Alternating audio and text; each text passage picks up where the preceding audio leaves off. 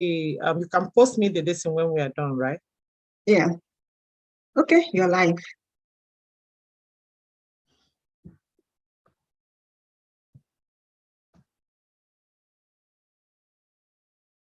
Hi, everyone. Good afternoon, good evening, good morning, wherever you're joining, any part of the world. I hope you're excited. I'm excited to have you here. I've been waiting for this webinar like forever. I'm more excited than you. So welcome. If you're just joining, tell us where you're joining from. Write your name in the comments. Give us an emoji. Tell us where you're joining from.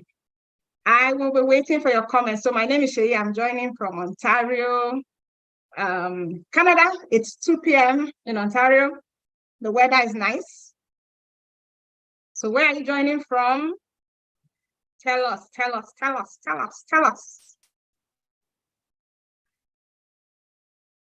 us. And then don't forget to invite your friends, share it, share the link so that more people can join. Today is going to be very exciting, so I don't want you to miss it, and I don't want anybody that you know to miss it. So go ahead and please invite people. We're going to start soon.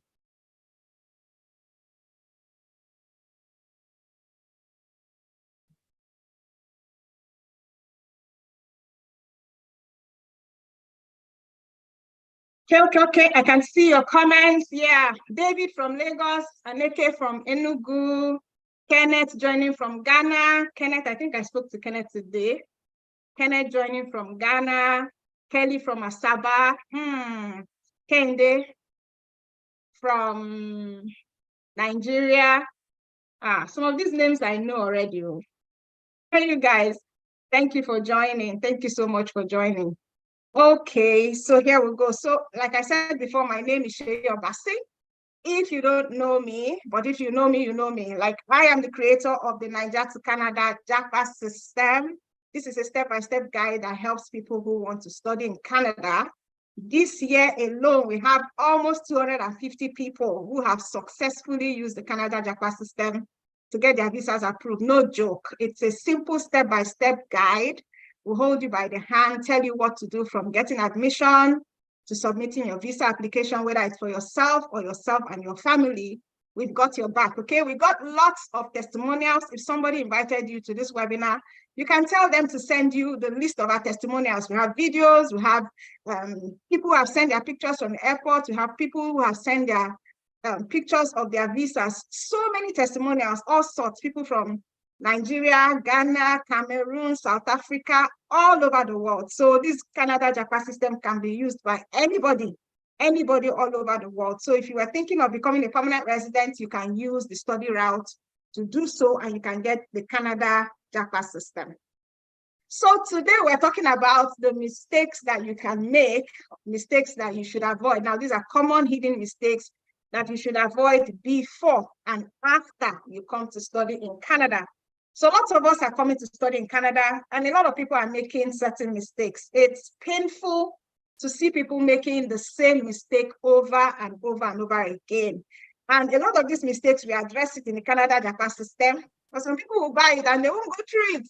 Some people will go through it and they won't realize these mistakes. Some people will know the mistakes, but they will still make it, yeah, for reasons best known to them. So we want to talk about the mistakes, how you can avoid them, so that you can increase your chances of getting your visa approved the first time. The first time, the aim is to get it approved the first time. So you're not applying over and over again. It's psychologically depressing. You're spending more money and wasting time if you're applying over and over again. So I'm excited today because we have a guest. You can see that I'm not alone, right? We have a guest with us. I'm excited to have her because she has a very marvelous story. And she will introduce herself, but it may interest you to know that she just came to Canada as well to study with her family. So she's a student, an international student like many of you who are here want to be. She has an amazing testimonial. She has lots of insights as well in terms of her own experience, yeah? So this is somebody that you want to take note of and that you want to listen to. So I'm going to give her a chance to introduce herself. So take it. Hello, good afternoon, good morning, good evening, depending on where you're watching us from. My name is Ifoma. I am in Calgary, Alberta. Right now in Alberta, it's 12 a.m. or 12 p.m., right? Okay. Yeah. So I'm an international student. I'm doing my master's in leadership in Ambrose University, Calgary. I relocated to Canada January 2023 with my family. I have 4 kids, the kids and my husband and I. So we are a family of 6. It's been an amazing journey. It's been an amazing story. And just stay tuned as I share some of my experience. I hope someone takes it off from there. I hope someone takes this information and is useful for you. Some of your questions, we'll be answering it here online as we share some of these experiences and some of the mistakes that we make when we come in and before we come in here. There are a lot of them, but I believe I and Shay will be sharing just a few because of time and all that. So I have a Facebook page, Real Oma.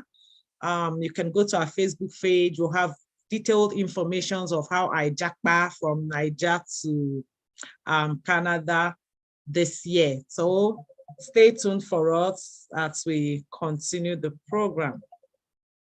Great. So that's Ifeoma, like she said, you need to keep an eye on her. So this is how we're going to move.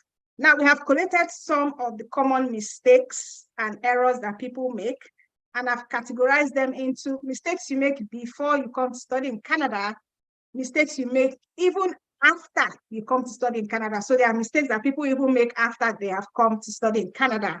And I need to also stress that this information is just for education and information purposes. So we're not giving you immigration advice. If you want immigration advice, go to the Canada website, is canada.ca. Every information you need about immigrating to Canada is there, okay? So we're going to talk about some of these mistakes in their categories, and if I'm going to discuss it for about, 20 minutes or so, and we're going to give 10 minutes for you to send in your questions regarding what we just talked about, yeah? So we'll talk about 20 minutes, talk about those mistakes, and then you ask your question. So the mistakes are categorized into mistakes you make before, mistakes you make after. And I want to say that for you to ask your questions, you need to be subscribed. So subscribe to the channel, give a thumbs up to this video, like the video, and share, yeah? So that's how you'll be able to ask questions. So the first mistake that people make when they want to come and study in Canada that I have here is that they choose either a wrong program to study, or they choose a program that is not in line with their background or is lower than the program that they already have. So people come to study and they come to study and they choose a school that is a DLI, but is not PGWP eligible. Yeah, so in Canada, when you come to study, you need to choose a DLI. So a DLI is a school that is authorized to bring in international students. But beyond a DLI, you also need to apply to a school that is PGWP eligible, which means that that school, if you go to that school, you can apply for post-graduation work permits that enables you to work in Canada and stay back and get to be a permanent resident. Because that's why you're coming here, as you want to be permanent resident. Yeah, so Ifeoma, can you add something to that? I know a lot of people make that mistake. Yeah, it's a mistake that a lot of people make. And for those of you that are still going for your admission, is something you need to take note of. Because when you come in with a school that will not be able to give you PGW, that is postgraduate work permit, that means when you finish your school, you are saying that you want to go back to Nigeria, you want to go back to Ghana, or whichever country you are coming from, to go and continue your lifestyle. Like all of us will say in our letter when we are writing to the embassy, oh, you're studying this course to go back to your country and contribute and all of that. So when you go to school and the school is not going to give you PGW, that means you are finishing school and you're going back to your country. So we need to take note of this. You need to really ask questions. And like I will say on my own channel, on my videos, that the schools here are not like schools back home. When you're going for your admission and they've given you an admission officer when you're processing your admission, you have a right to ask them question and question and question. And the truth is that the schools here will hardly lie to you. They will tell you exactly how it is. So you have a right to ask them, will I get open work permit when I finish school? Will you give me open work? They will tell you if the school is eligible or not. So it's something we need to keep a very close, is for me, it's very, very important, because nobody wants to finish spending the money here, and then after spending them, someone is telling you to go back home and now reapply or do something. And then of course, the wrong courses, Sheyi talked about it, maybe she will still throw more light on it. For me, choosing a wrong program and all that, those are very, very important, because when you choose a wrong program, like I'll tell you, it's difficult for you to write your SOP to the embassy, because you have to connect. One thing is to get admission in Canada. Another very important thing is to get a visa. School cannot give you visa. School has given you admission. That's where they stop. That's where their strength stop. It's left for the embassy to look at the course you have chosen.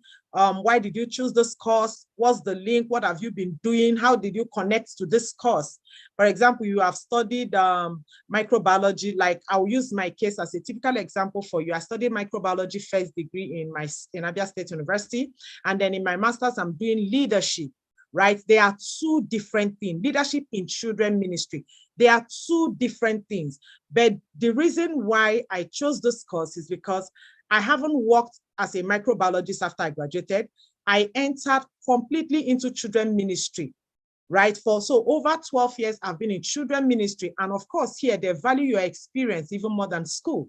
So when I wrote my SOP, I have done a lot of voluntary work in children ministry, evangelism, and all whatnot. I have a lot of pictures, evidence. I have a lot of certificates, awards that I've gotten, back home doing this job. So this is what I used to tell them. Oh, I have, so for me, it's like I have like an NGO, though unregistered, but I have a lot of picture evidence, the outreaches with children and all not. So by the time I put those pictures together and the awards I got doing this job and all that, it was very okay to convince the visa officer that, look, I don't need to do microbiology. This is where I've been in the last 12 years. And because I've gained enough experience here, it is very okay for me to go in, study this course and get more experience so that I'll be able to continue what I'm doing back home. So you need to relate whatever course you're going to study. Is either you continue with the course you studied in your first degree or you're switching course. What is the reason why you are switching course? So these things need to be laid down on the table and you clearly state it for the visa officer.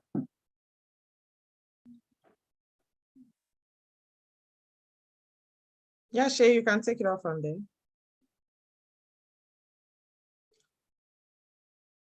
Okay. So one thing I want to point out is that just because a school is a DLI doesn't mean has post-graduation, it's post-graduation work permit eligible. A lot of people make that mistake. They just think, oh, the school is a DLI, it means it's PGWP eligible. It is not, yeah? And then another thing that Ifeoma talked about, I want to point out is that, yes, just because you did a program in your undergraduate doesn't mean that you must do that program in postgraduate, yeah? What I always say is do a program that is in line with your background. It must be in line with your background. You could have studied engineering, but now you are a business manager. You're a businessman. You can do business management. You don't have to go and do engineering. You show the visa officer that for the past, 4 or 5 years or more, I've been doing business. This is where my passion is, and I want to learn how to do my business better. That is how to do it. Another mistake people make when it comes to this is doing a program that is lower than what they've done. So I see people who have done bachelor's, some of them have even done PGWP, but they go and do a diploma. Come to me and like, why do you choose a diploma? They say because it's easy, it's cheaper. Like, that's not a good reason for you to give for studying a program. No visa officer is going to be convinced by you saying it's cheaper or it's easy and all that. And on this channel, I have a video titled, I think, the 6 worst programs to study as an international student. I think you should search and watch that video so you can see 6 of the programs that you should not do as an international student. So the second mistake is finances. Finances is a big headache to many people who want to come and study in Canada. It's a big problem. Yeah. The mistake I know that people do for finances, which is your proof of funds, is that they don't start on time. Now, some people will get admission in January. In May, they're asking you, how are we doing the proof of funds? seen the proof of funds. You should have sorted that proof of funds while you were getting admission. You should have sorted that proof of funds before you got admission, yeah? And that's why people now start having this lump sum deposit issues, yeah? They put lump sum in their account because they borrowed money, or somebody in a bank has told them, okay, we can give you money, we can give you 10 million, we'll put the money in your account, but there's no explanation. Do you understand? They don't even have a business or a job that can warrant them having that amount of money, yeah? So it now becomes a problem because the visa officer now sees it as, okay, what's the source of this fund? They cannot explain what the source of the fund is. So first of all, you need to have an understanding that you need to start on time. You need to know how much you need. So how much you need is your tuition and your 1 year of living expenses. The visa officer wants to see that money, koro, your tuition and 1 year of living expenses, which is 10,000 Canadian dollars plus 1 year of your tuition. If you're coming with family members, 4,000 for the first family member, 3,000 for every other person. So if you have a husband or a wife and 2 children, that's 10,000, that's 433, 10,000. I'm breaking it down so that you can understand. A lot of people always ask, 10,000 for yourself, 10,000 for them, 433, and then your tuition for 1 year. That money must be available. Now, if you're studying more than 1 year, you have to also show how the rest of the year will be paid, yeah? If you are self-sponsored, you have to show money for all the years that you study. A lot of people struggle with this, but it's a complete truth, because if you don't have anybody back home or a business or a job that is giving you money and will continue to give you money, you have to show proof of funds for all your studies. Okay, so I'm going to let Ifeoma chime in here, and after she's done, we'll take some questions as well. Okay, for the proof of fund, I get a lot of messages on my channel. We are making so much mistake when it comes to proof of fund. I have one of my classmates apply for the family recently. I gave him a lot of tips, but because he's here, he feels that, oh, you know, they will not reject the visa. When you're here and you don't do the right thing, the visa will be rejected. And I asked him when they rejected the visa, I said, can you get the GCMS notes? Because I know definitely it's because of finances. Now you're going to apply for visa and you've got admission. Like Shay said, you are not prepared. Your account is not saying you want to apply for visa. And then all of a sudden you're bringing in 10 million into your account in 2 months' time. And then your accounts have never seen a 10 million naira for the first time. So this is the first time this account is seeing 10 million, and you expect the visa officer. Like I will say over and over again, these are human beings. So when you're applying for your visa, one of the things I did when I was applying for my visa is to ask myself every question. Like I was to myself a visa officer, right? How would this thing play in your own ears? Is it playing well? Is it sounding okay? That you look at an account that, oh, this account has not seen 5 million before, and now this account has seen 20 million in 1 week. How do you explain that? So immediately they know that, oh, you have made up this, or you have borrowed this money is not available for you, because the essence of the whole thing they are doing is to see that this money is available for you to pay your fees when you get into Canada. They don't want you to get stranded here, because of course they know that you are limited in work. For those students that are within 20 hours cap, 20 hours cannot make you pay your rent, feed yourself, and then be able to pay your tuition fee in just few months. And they are not like our back home where they have strike and you said there are uncertainties. Most times, but the way your school schedule is before you came in, it will definitely, unless in terms of maybe something like COVID that happened, these are the things that are there. They already have their things planned out. So there is no strike, there is no this that will make you not to graduate at the airport. So they look at the time you have to work and make this money. So we need to go back, even before you get your admission, start arranging your account, start building up this account. Let this account, let the money come in, go out, start building account. And then for those of you that use third party, you need to explain about this. If you're using a third party, the third party needs to give you every backing. If the third party cannot pay the money into your account, for me, I would prefer, if it's a third party that trusts you, let the third party pay in the money in your account. Because at a certain stage of your life as an adult, they are looking at you. You are a mother, and then you can't sponsor yourself and you say you've been working over the years. Do you understand? And then you're having your brother sponsor you. If your husband is sponsoring you, it's a different ball game. Like my husband sponsored us. My account did not need to come in our application for anything. Why? Because I have to provide evidences that, oh, my husband has been paying the children tuition school fees over the years. He has been the one in charge of the family. My business is just like a side hustle because I also have to take care of the kids while he's away. All of these things, I explain it on my SOP. So because of that, my account did not show up. But we've taken time to build this account because when I was going to apply, people say, oh, family of 6, study visa is not possible. Africa rate of Nigeria getting visa is 10%, is 5%. But I know I've taken my time. Why? Because I've had to soak information from different Facebook online platform, Choco Millionaire, share them. I've got to go over their page, listen to different information, and I was prepared for them. So when you get everything right, there's no way a visa officer will reject you. So in the proof of fund, we need to start on time, let the account show this money over. Don't put a lump sum of money and expect the visa officer to grant you the visa fast. No. My colleague, by the time he put money in the wife's account, at the end of the day, when he gets the GSM, because we're saying the money is complete. And if I know the money is complete, I say, I hear you. By the time we got the GSM note, it was clearly explained that the money came in once and the money, they can't explain how the money came in. So this money, meaning that this money might not be available for you to take care of your children and your wife. So they have to reject the visa and you have to go back, start all over again, pay the visa fee again. You need to avoid all of those things because there are things you can avoid. So how much you need, Sheyi have said it, each of the children need 3,000 Canadian dollars. Your spouse need 4,000 and you 10,000. If you have paid part of your school fees, you take out the amount you have paid and add the remaining to 10,000 Canadian dollars. And then you check what the rate of CAD is today. It's about 740, 750. It's going up and down, but it is 700 and above now. So you need to look at it and also make allowance. For example, when you are putting money now, if the money you're supposed to have is 8 million, I would advise you put like 10 million because the dollar is going, you don't know when they will answer you. But eventually the time they are answering you, dollar has gone a bit up, so that it won't put you out of the, so you can just add maybe $1 million or 2, to just create that space because of the way dollar is going now. Yeah. So Sheyi, please, you can take it off from there. Okay. So very, very valid points that Ifeoma made. This last point she made is so important.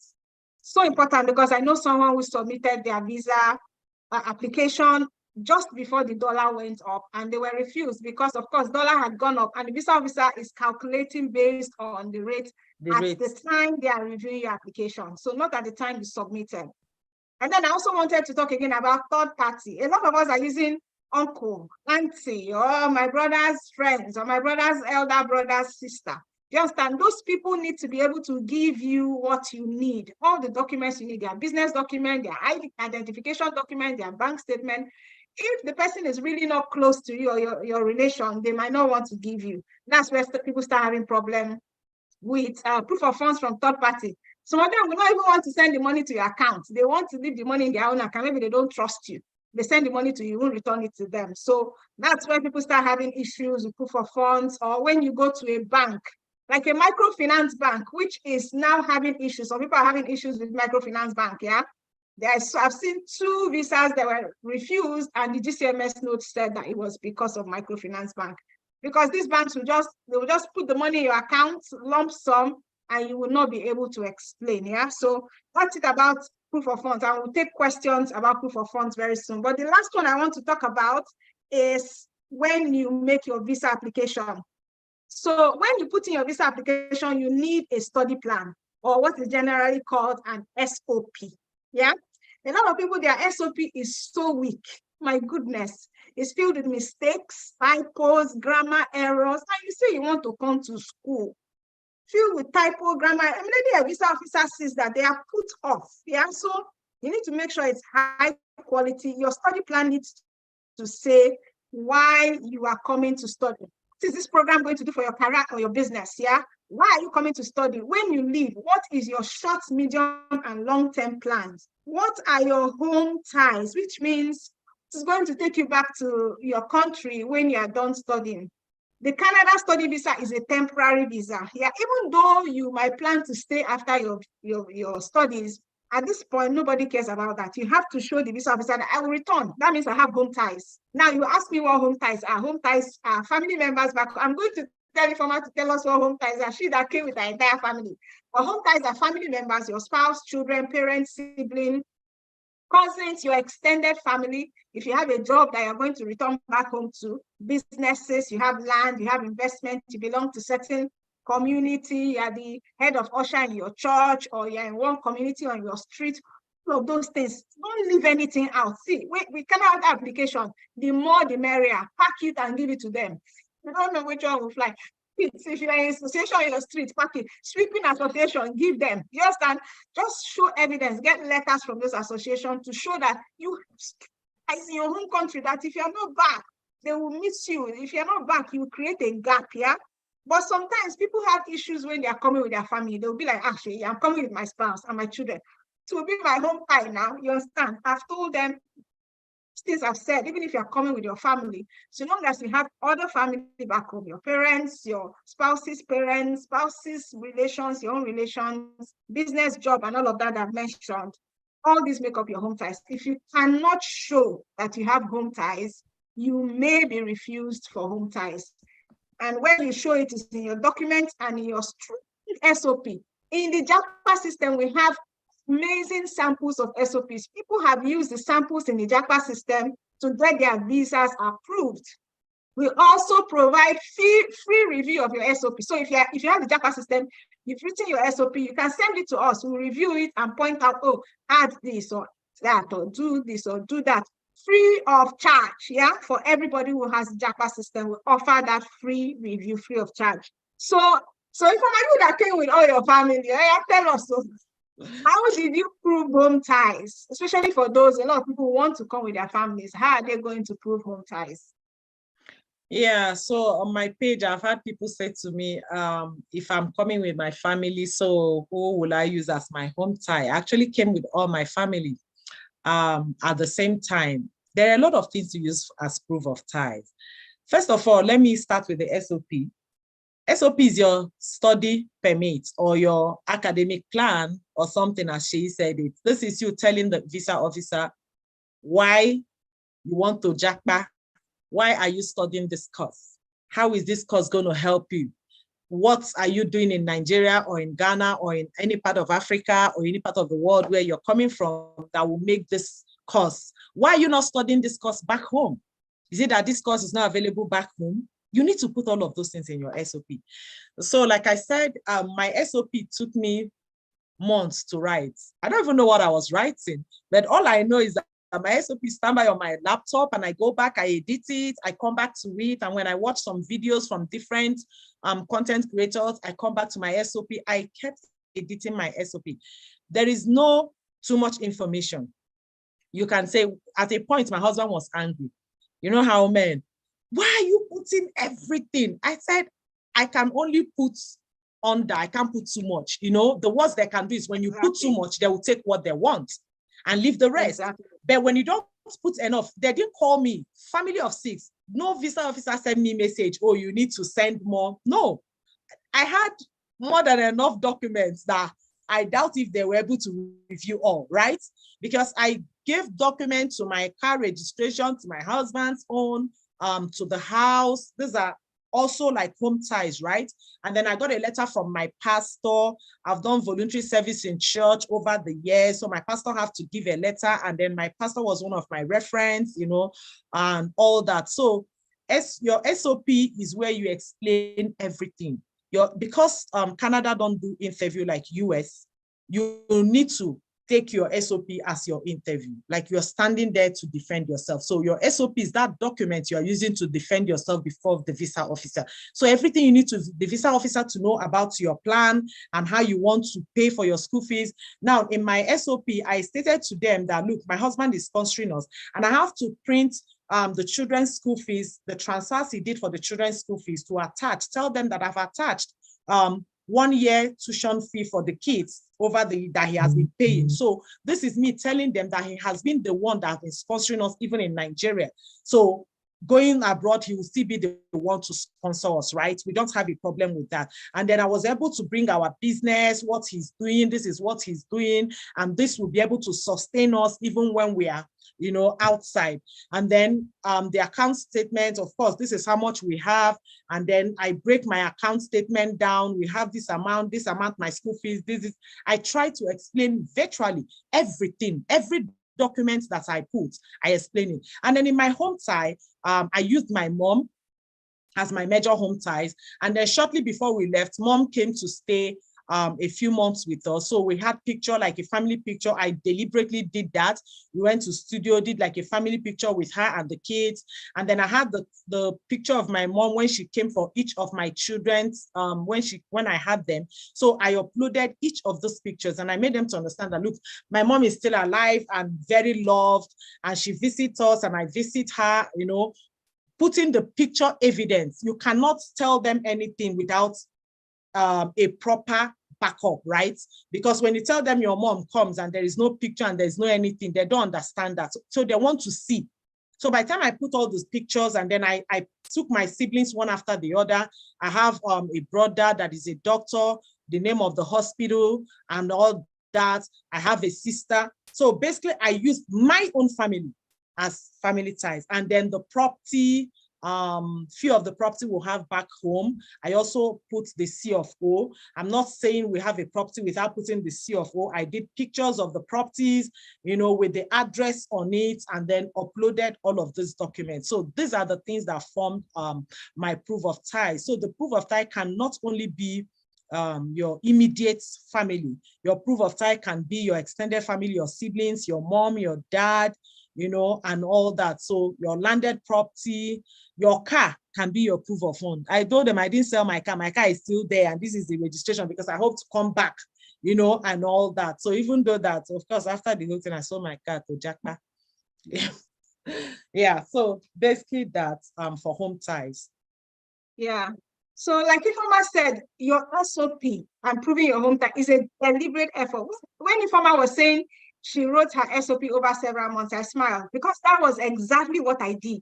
I was writing my SOP a little every day, a little every day. If I learn something, I'll update my SOP. I learned something over months. I wrote it over months. Just as some people want to write it in 2 days and they just think that, oh, if you do something properly, it will show.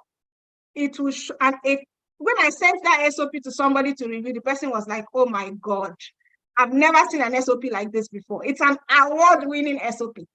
And if you have the Japa system, you have access to that SOP. Yeah, it's an award-winning SOP. So you need to take your time and have a study plan. Someone is asking what is SOP. SOP is a statement of purpose. It's your study plan that says why you're coming to Canada. Yeah, what you plan to do with this, with the studies that you want to do, and why a visa should be given to you. So now I'm going to answer. We're going to start answering a few questions. There's a question I saw that I like. This person was saying, how would he know that a school is PGWP eligible or not? Great question. Great question. So that information is actually not hidden. It's on the government website, canada.ca. We also have the list in the Canada Japa system. So on the government website, I'll try and put the link in the description below after the webinar.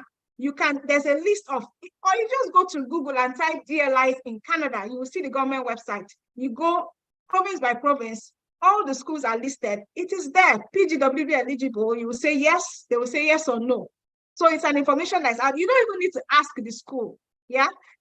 However, there are some programs that are not PGWP eligible, like English as a second language. Please don't do English as a second language. Please don't study that program. Study any other program, not English as a second language. Yeah.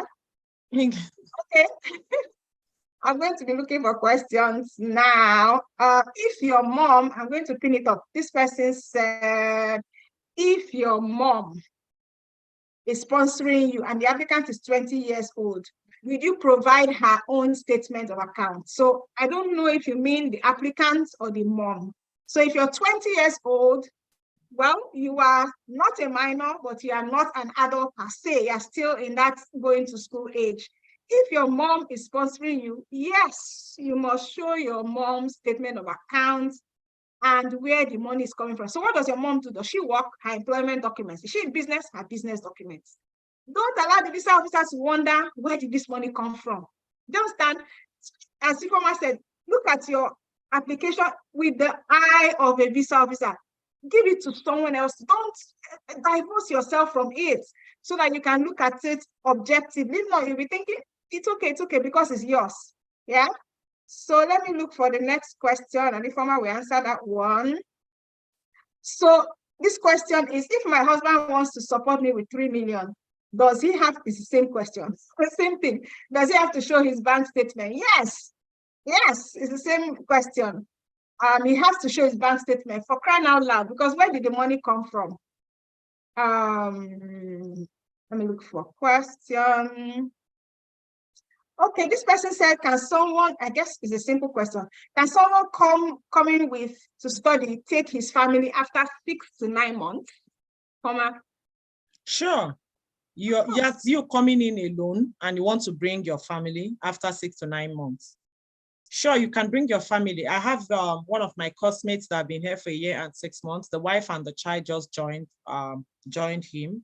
So yeah, it's possible. And then some of my other colleagues, they have applied. One of them, they rejected the visa because of what I explained. He put a lump sum of money once in the wife's account and he's not able to explain it. And they stated it in the GCMS note. So you need to explain where the money is coming. So he's getting ready to reapply. Yeah, you're entitled to your family being around with you as an international student. And you can apply for them anytime. Anytime. I even have a friend who, maybe she landed, she sent her study permits to them. Like, okay, they started applying from day one. So you don't even need to wait. You can apply for them anytime. Okay, so this question said, can a 1-year postgraduate course be eligible for PR in the Atlantic region? If yes, can I move with my family? Yes, a 1-year program is eligible for PGWP, for PR anywhere. So, but the thing about PR is that you also have to qualify for PR. So in Canada, it's not as if after you study, you carry your certificate and finish, give me PR. There's a process. There's a process. You have to apply. Funny enough, people who don't know this and who don't plan, they run out of time, because by the time they realize that, oh, you mean I need work experience, or I need this, I need IELTS, I need all of that.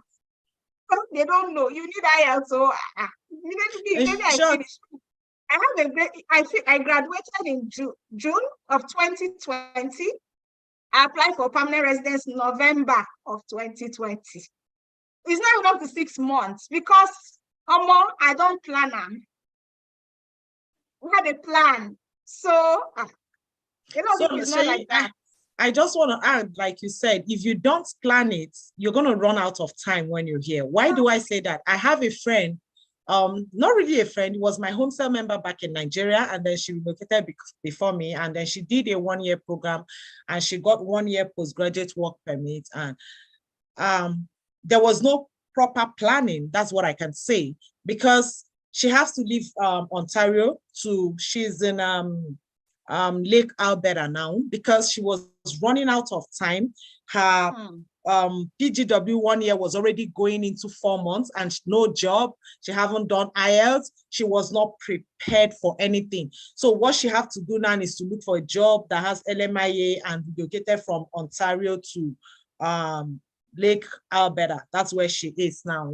God helped her. Some of you will not be that lucky, right? Because she also said it, a lot of mistake. She wasn't prepared. So you need to come in and you're putting your ears down, getting information, knowing the next step and the next step, because this place is about process.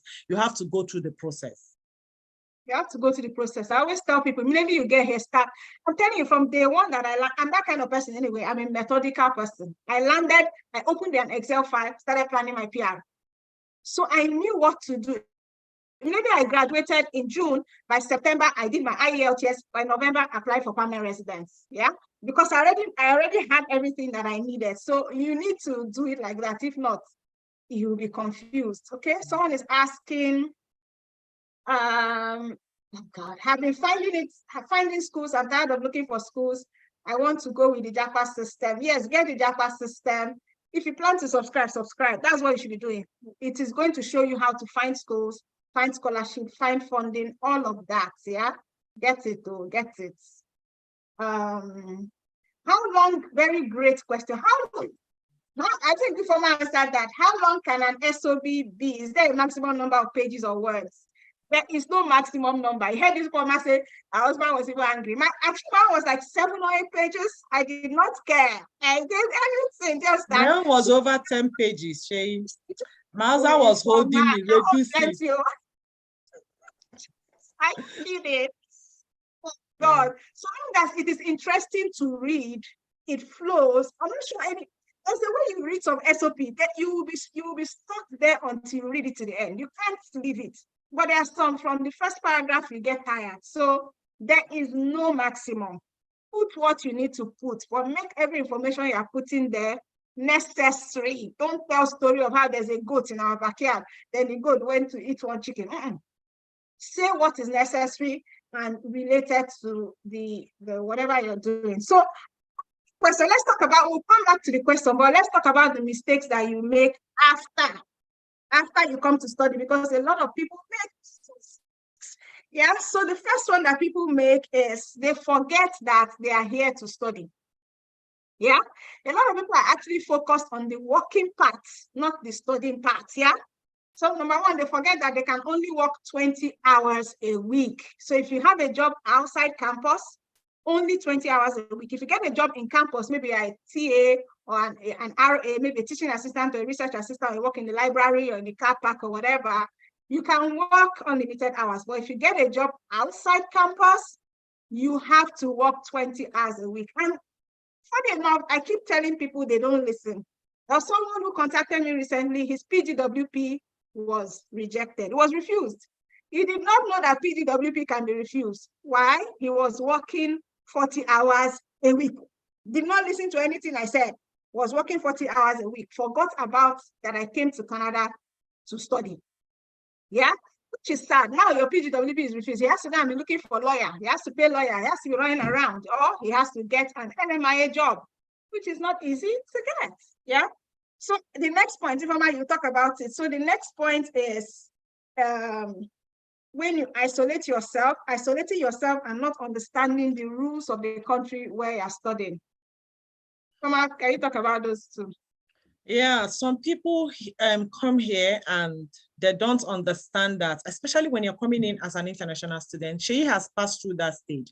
When you don't keep, here is like this, the country where we are is a developed world. It's not like back home when you do anything and get away with it. Here, for every action you take, the repercussion, you face it. Now, when you come to school, some of us enter here and you start working first as an international student. Please note, it is not allowed for you to start work before school as an international student. The rule is you have to register for your courses. You should have started school first before you are qualified to start working. Now, when you do some of those things, what are people do? You feel that, oh, it doesn't matter. They are not seeing me. They are seeing you, because when the time comes, that's when you know that some of your employees have added you as their beneficiary in one way or the other. They've used you to file their tax. So your name is on their tax. So somehow they will find out that you did some of this job or before. Do you understand? So my take is try and find what is obtainable when you come in. As an international student, you're not supposed to work before you start school. You're supposed to start school before you work. And like Shay said, if you are bounded with 20 hours, please do your 20 hours and put your leg, because you don't want to finish school and they are telling you you can't get your work permit. You don't know where to start. You start paying lawyer the money you don't have and all that. And then in school, there are some rules and regulations. I have one of our international students here. You hardly see him in class. Do you know that as an international student, there is a number of hours you're supposed to study in person? Yeah. If you're going to do all your courses online, then there is no need giving you visa. So they've given you visa because these courses are meant to be studied in person. And then you come here, you're working, only work, and forgetting that the main reason why you're here is because of your studies. So when you joke with it, work is not going to, you are not in the work route. So work is not going to give you permanent residence. And I believe all of us, that's like our end, expectation, right? So when you now spoil that thing that will give you, you come in here and then you are doing all your classes online. I have a guy that just came in my school, Sheyi. All he does is to come to class 2 hours late. You know, you have 3 hours class, and then after the first break, 15 minutes, he's coming in after the fair, and the lecturer is looking at him. Here, you can be talking with your professors, and the professors are laughing, and you still get an F in their course. They will call you and ask you, they will be the one to ask you why. Why are you failing the course? What's the problem? Because you have everything. It's not like Nigeria, you say, oh, they are molesting me. Oh, you don't have any reason because your professor's door is open for you to come and talk to the professor. Now, when you have done everything and you're not doing the right thing, they will be glad to give you an F in that course. And then as an international student, you don't want to be paying for a particular, when you're paying for a course for $2,000 for one course or $1,800 for one course, you now come and fail that course. What have you, the work? Are you gaining or losing? For me, you're losing in so many ways. So you need to look at the laid down rules. And then when you get to school at times, some of us will just face the work. When you're in school at times, your school recommend you, your school can give you job. So when you participate and you're active in some things, it also helps. It also helps us Africans to enter into leadership, a kind of, even in school system, so that we can talk for others that are coming in. Then when we come in, we are over ambitious. We don't want to know the rules. We are in. I heard somebody come in, she's looking for, no, I don't come for school. I just want a woman. I just want a woman that I will marry and get PR. Are you for real? And he's serious. That's why he came. He has been short. He has been here for this semester. He came in this semester, and they've given him a first warning from school. You know, when you go about here, you don't talk to ladies anyhow. When they report you one, they take it very serious. They've given him a first email that he should come and see the school management because they have some reports against him. And you are just here for 2 months. Excuse me. You didn't see, women are not in Nigeria. You never do enough with women for Nigeria. Come here, come find your destiny. It's woman they come run after for here. For me, it's stupid. Here, it's not like back home. When you come here, you coordinate yourself, you organize yourself. If not, you're going to get yourself into serious trouble. And nobody want to do that. You didn't pay all the money and all the stress to come here and be looking for a woman. There's enough women in Nigeria, plenty. You know, so for me, let's know the rules and the regulations and stay with them, stick to them. Know the things you're supposed to do and the things you're not supposed to do. Okay, and people don't realize that they can fail. You can fail, though. Do you understand? There's a pass mark. Yes, you can fail. And if you fail, you have failed. It's either you have to repeat. You're just lengthening your time as a student. You can fail. And this work that you're chasing, there's a time will come you can work 1 million hours if you want. Can't you just sacrifice that time to go to school and then come out and work the 1 million hours? Yeah. And then volunteering, contributing in school, like Ifeoma said, great advantages. Like I didn't know how to do that when I first came. But thank God I was in community. So I joined maybe community of African students, community of Nigerian students. They have lots of communities in all schools. I believe all schools have it. So I learned about some of these opportunities. It was my lecturer that told me about being an international ambassador. I didn't even know there was anything like that. She told me to apply. I applied and I was made an international ambassador. You understand, for my school. For Nigeria, a great prestigious position. Number one, I started paying the school fees of Citizen, yeah? Because that was part of the thing they gave us. We're paying school fees of Citizen. My picture was all over the school. Like we were 10 international ambassadors. We go to meetings with the chancellor that other people cannot. We're privileged. And because I was contributing, I was volunteering, I was connecting with people in like other students too, yeah? So please forget about that 20 hours a week. Face your school. You will work some, and when the time comes. Something came to my mind when Ifeoma was talking, part-time. Please, she was saying if you want to school online, what's the point? Don't ever come for a program. Don't ever choose a program that is part-time, please. As an international student, your program should be a full-time program, not part-time. Because I got that question like 2 or 3 times this week. It's full-time. Yeah. Okay, so another thing is managing, I guess it's related to this other point, managing your mental health, yeah? Because some people come and when you talk to them, they're like, more assignment here and there. No, we were talking about it before we started. She was like, I have assignment here. I have assignment there. This one is due. And then, of course, her family is here. She needs to take care of her children. You need to work. It can be a lot, yeah? So if you're not mentally ready, some people can fall into depression. Some people can fall ill. Guys, their health starts suffering or something like that. So you need to remember to also take care of yourself, yeah? Take care of yourself, especially if you're coming with children. I don't know how Ifeoma is coping, Life is coping. But I have a couple of friends that came with their kids. They are going to school, especially if you come alone. I'm going to do a video about this next week. How to cope with children, especially if you're coming alone. It is a whole lot of work because you're not going to come with Monica, your house help. You're coming alone. It's just you and those children, and maybe your husband that will take care of them. So you have to manage your mental health, manage your relationship with your husband because you can start suffering, manage your children, and then know how to manage. It's like work-life balance. Everything join work-life balance. So if you are already here in that position now, me, I passed that one. So And tell so us a little yeah, about how you manage it. for the kids and everything, you know, in Nigeria or in Africa generally, you have help, like you said. That's Monica is not coming with you, you know. Nobody's coming with you. This is you and these children. So one of the things I did, Sheyi, before I started coming was to talk to the children, right? Exactly, yeah. Our house help, short, before we came, 1 year before we came, I made sure nobody was in my house for 1 year. So we're alone. It was us.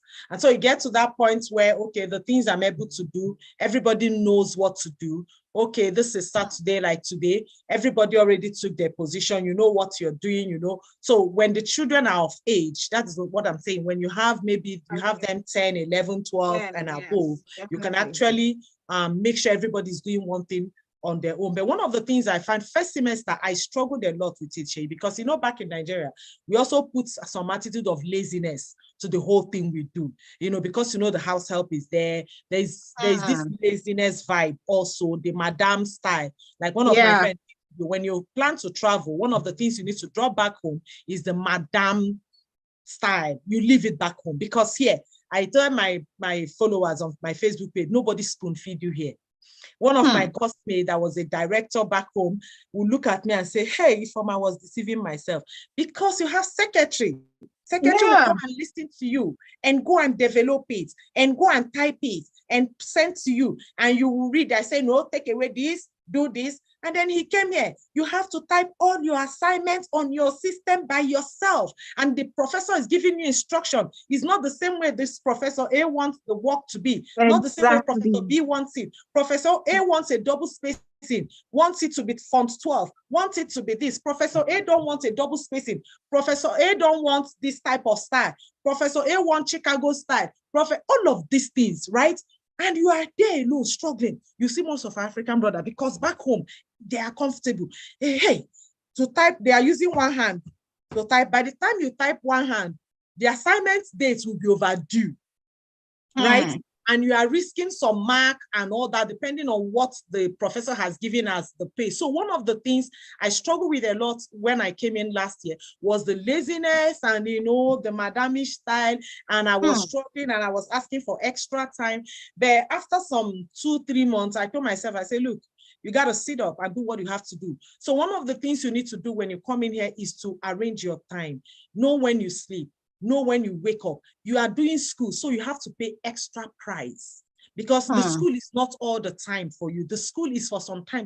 So sometimes when others are sleeping, you're sitting down. Like some of my books are on my phone. I downloaded them on my phone. So even at work, I have a little time. I try reading the books that I need to review.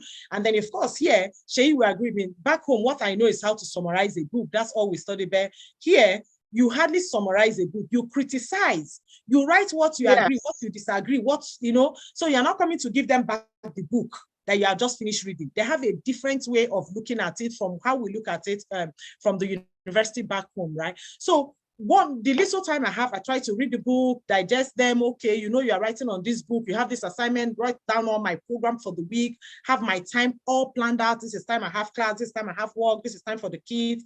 And then over the weekend, you have time cook, put in the fridge for them. And then when they are going to school, you guide them what to do, how to do it. Everybody know what to do. Like here, everybody is working. Husband is working, wife is working, children is working. Everybody, we are all doing one thing or the other to help, because if you don't manage it, you're going to fall sick. It's going to really get on you. And then your mental, you get to that stage, who send you. Nobody send you. You are paying a price and it's okay. It's for a while, right? Just sit up to the occasion and tell yourself, even before you come from Nigeria, that you are determined to eat if you are leaving your back home, you are leaving your comfort. That's the truth. You're going to discomfort yourself a little bit here and give yourself time to settle in. Just like if somebody comes into Nigeria, you don't expect the person to be comfortable like you that have been in Nigeria for years or all your lifetime, right? So when you're coming in here, it's the same thing. There is no automatic thing abroad. It takes time, right? So you have to give yourself maybe 2 years of school or 1 year of school. You know, after school, then you start relaxing. She is relaxed today. He's no longer on that hot seat, like she said, right? But a few years ago, she was on that hot seat. But when you give yourself time, plan it all out and take some sleep away, extra time of sleep. That doesn't mean that you're not getting sleep. You get some sleep, but you cannot sleep for 10 hours or 12 hours as usual. No, not here. You have to sleep. Maybe if you were sleeping for 10 hours back home, you have to maybe make it 8 hours or 7 hours here so that you'll be able to accommodate your assignment and other thing. And then learn to talk to your classmates. One of the things my classmates know me from, if I can be stopped, when the assignment don't do me, I will call this person, or yeah, give me your opinion about it. I'll call A, I'll call B, I'll call the white people because they are more experienced than us, whether you like it or not. Because I was looking at my son's book, what do they call it? Like their portal yesterday. And then I saw that my son is 10. He's in grade 6. They started teaching them citation. So I was like, really? I was asking him and he was giving me a lot of information about it. So you cannot compare yourself with somebody that started doing this thing at 9 years, 10 years, and they've done it, they are used to it. So I feel free to ask questions. I'm not too big. I ask them questions. And of course, many of them are younger than us doing their MSc here. They are very young, far, you understand? True. I feel free to call them. Hey, there's one girl I call her that Mitch, I'm finding it difficult. And then she feel free to put you through and you continue. So make sure you do your assignments on time and, you know, just planning. It's all about planning for me. Yeah, and then very importantly, just to add to what Ifeoma said, the study style is different here. Hey, completely. The study style is not the same. Like she said, citation. Do you understand? The way their school is here is different from the way as. So by the time they get to the university with you, they are already in that kind of study mindset, which you don't have. Yeah. So like she said, my son too is about that age. They are doing citation. They are learning how to do presentations. That's why when you go to class, they're asking you to discuss. Do you understand? They're asking your thoughts. What are your thoughts about this? I'm like, oh God, is all these thoughts? I had to learn how to do all of those things. There are sometimes I was so stressed. There was a day I was with my supervisor, I broke into tears. Stressed because I will write something, I will write all night, it will take time all night. Still, we'll just be crossing it. So I'm starting from square one. I cried that day. She just knew that I have to pity this lady. Yeah. Like she said, this person wants this style. She wants it to be academic. She doesn't want this language. She wants it to talk like this. And the other lecturer wants his own this way. It's a whole lot. So you have to be mentally prepared for what you're coming to face. Just know that you're coming to learn a new style of schooling all over again. So have an open mind. And like Ifeoma said, yes, the people in the class are younger than you.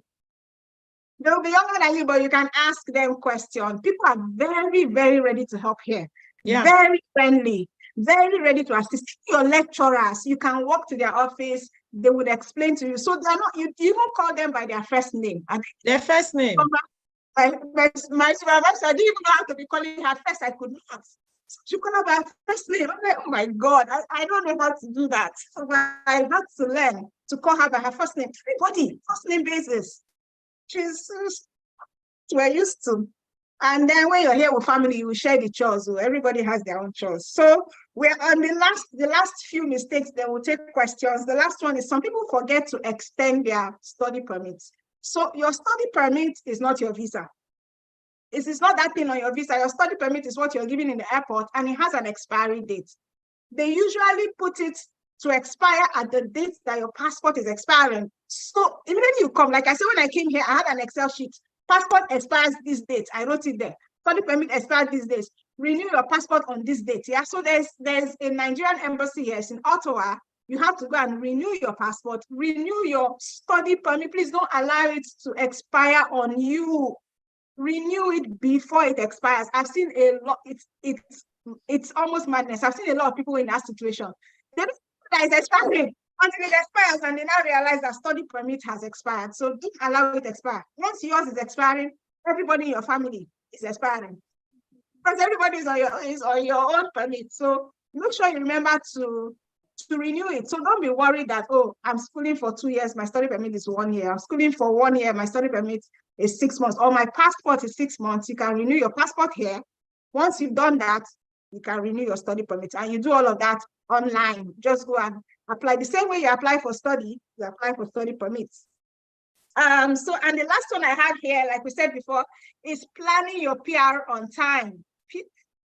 I can't just say it enough that you have to plan. You have to know the pathway to PR in your province. A lot of us who have come to study, we are looking at PMP, not express entry again. I might be wrong, but I wasn't even looking at express entry when I came. It's PMP. So immediately I came, I studied all the provincial nominee programs that I can take advantage of. And from the beginning, I knew immediately I finished, this is what to do. I was networking from school. From school, I'd already told my lecturer, ma'am, when I'm done, would you be able to recommend me to this employer or this? And she was like, yeah. I'll make you. I already marked that one down. I went to this lecturer. I'm graduating soon. Would you be willing to recommend me? I'm telling you what I did. Because for me, we were also going to companies. I was doing a research program. So I knew the companies that these people are affiliated to.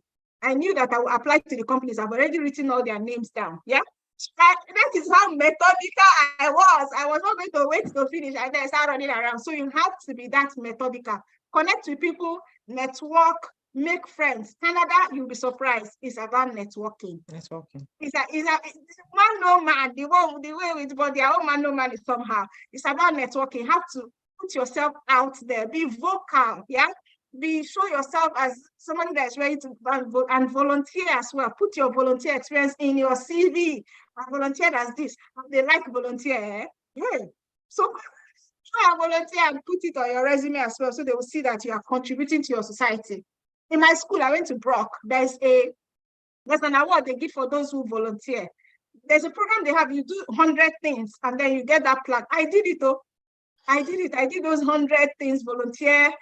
In the graduation, they put my name and others on, so all those things are great, yeah. So let us take some questions. I think we've talked a lot, let's take your questions. So you say, why is IRCC not replying? Let's reply to applications. So is that the closer you get, I think this is, what month are we now? September? So October, okay. So, usually the closer you get to September, the slower they are because they have more applications. That's why you should not wait. And if they've not responded to you, send them web form. Let me give you a tip. Send them web form every day at a particular time. 11 a.m. you send them. 11 a.m. Tuesday, send them. I'm telling you, it works. They will know that this person is serious. Okay, somebody said, I don't understand this question. I'm going to clean it up. What if I receive a lump sum from a grant? Would it be accepted? Well, I don't know what you mean by a grant. If it's an education grant or maybe a scholarship, a grant is usually a scholarship, yes. See, you can put lump sum. Nothing wrong with lump sum. As long as the lump sum is explained with proof. So don't just say, I sold the land. Show us that you own the land. Show the land, the sale of document or whatever. So as you are putting proof, you're fine. I'm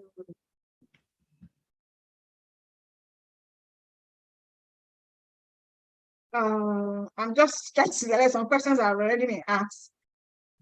I'm going to ask if you know this one. And I had a question. A school, I pinned it up. A school does not have PGWP.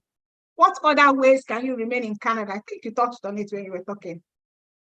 What other ways can you remain in Canada if your school is a DLI but not PGWP eligible?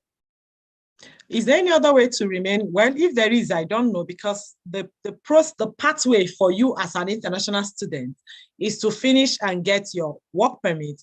And then depending on your province, like Sheyi said, you're either some province, that's why I advise people, if you don't have money and then saving time, don't go to big city.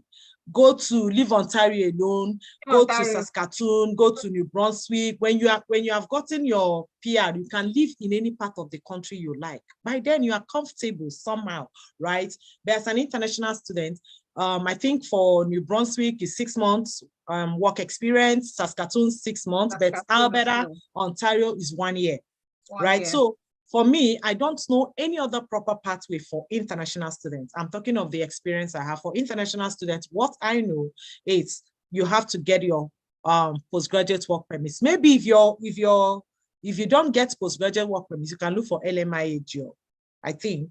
And then LMIA job, quote and unquote, is not that easy. And then when you are still going to get LMIA job, you would maybe need to start going to those provinces we talked about to get it more, it's easier in those provinces, right? There is also a program Alberta is doing now, but it's not in Calgary, it's in far Alberta, like White Corn, Lake Alberta, those inside Alberta, they have a program they are doing too. So those places you can get LMIA job there. But as an international student, I know that your postgraduate work permit is important. And for me, if you are not in here yet, I don't know why you want to get a program that is university that will not give you postgraduate work permit. You need to avoid that. That's why we're doing this video. Yeah. So the first thing, number one, avoid it. If you can, avoid it. Number two, because some of those schools will tell you sweet things. We'll give you job offer when you are done. We'll give you this, yeah. But when you're already here and you pay them your school fees, you cannot go and be holding them if they don't give you. So avoid it. However, if you must come with that program, number one is try and change to another school that is PGWP eligible. Or when you're done, you need to get an LMIA job. That means you're getting a closed work permit and not an open work permit, which is the PGWP. It is a very difficult path you are choosing. So it's not, I will not recommend it, but if you must, those are the options that are available to you. Someone says, can I come with my son that is 20 years old? Yes, you can. You can come with your son that is 20 years old, but your son, when someone is 20 years old, I assume the person is in university. If the person has graduated, then that's fine. You can come with your son that's 20. You can, but the son will not get your son is not getting like a study. Yes, because your son is not going to go to school. So you also have to explain what your son is doing. What is he doing right now? Why are you coming with him? Why are you coming with him? Do you understand? Because really, if he comes, he can't do anything. He's not going to go to school.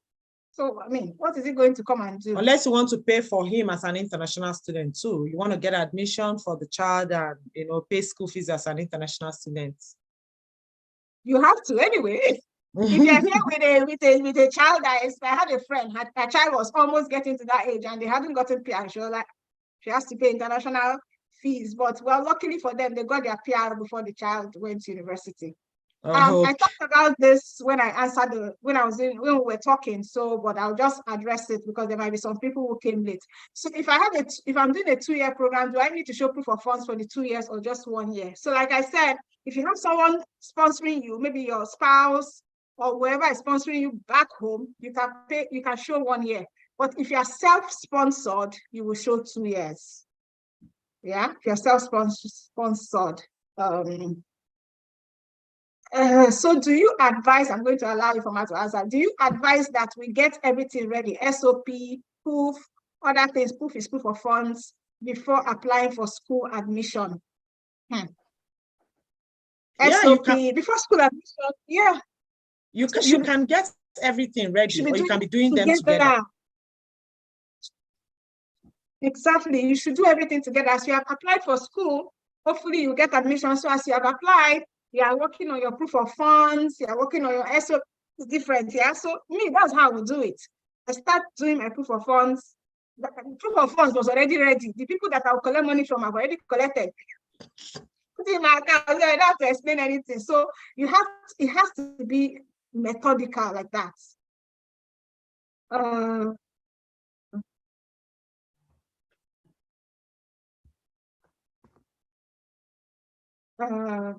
For questions that actually make sense. I have it.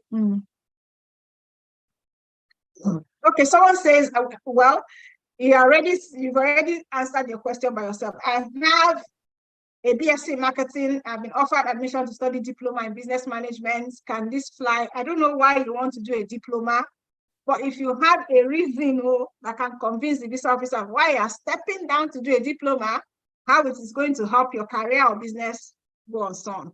But if you cannot convince them, then it will not fly. Okay, so stop asking me what program is suitable for you. There are so many questions that I'm jumping them. You understand? So long as a program is in line with your background, we explained in full when Ifeoma and I were talking. Maybe you go and watch the replay. Don't forget to give this video a thumbs up, subscribe, and share it. I need to say that I like the video. Okay, so what can be done? This is a good question. Anyway, what can be done for schools asking for GMAT or GRA, especially for business management programs? Ifeoma, did you do GMAT? No, You said I I did didn't. leadership. You didn't do I GMAT. didn't do. Okay. In short, my school asked for IELTS, but I told them I studied in English. Like In I will say, English, every website, every school website will have that because we are not you the only ask. people. There are French Yeah. speaking people that are applying and all that. Do you understand? But it's Mm-hmm. here. I said it one word. You have the power of negotiation. You have the power. Don't be scared when you're doing admission. They are looking for your money as an international student. Do you understand? They want you to come. They need the money. Their local students are not paying what we are paying. So they make good money from us. You have my school. I have to do like a Zoom with them. And then the admission officer, when I finished the Zoom meeting I said, Mr. Nick, I spoke with you for like an hour and we communicated in English. So why are you asking me for IELTS? That was at the point he gave up. He said, for my, I said, exactly. It's your power of negotiation. They keep reminding me, and I keep replying them the email that I've studied a 4-year program in English, and I don't need to do IELTS. So it's your power of negotiation. No school, if you're coming from Nigeria and you graduate, no school should put you on that. You move, like Chokomilo said, you move. Go to another school. There are many schools that are that same program.